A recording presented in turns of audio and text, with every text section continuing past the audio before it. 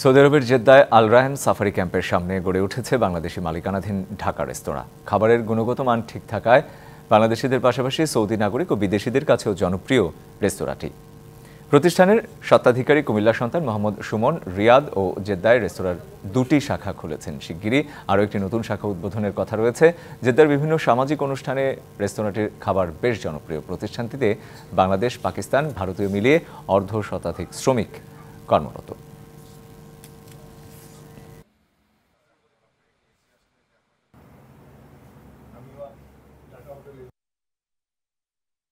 Saudi আরবের জেদ্দায় আল রায়হান এখানে Dhaka restaurant, এখানে আমরা আজকে খাওয়া দাওয়া করলাম। ওনার খাবারের মান অনেক ভালো। It is a good hotel. They have customer care. The way they treat their customers is good.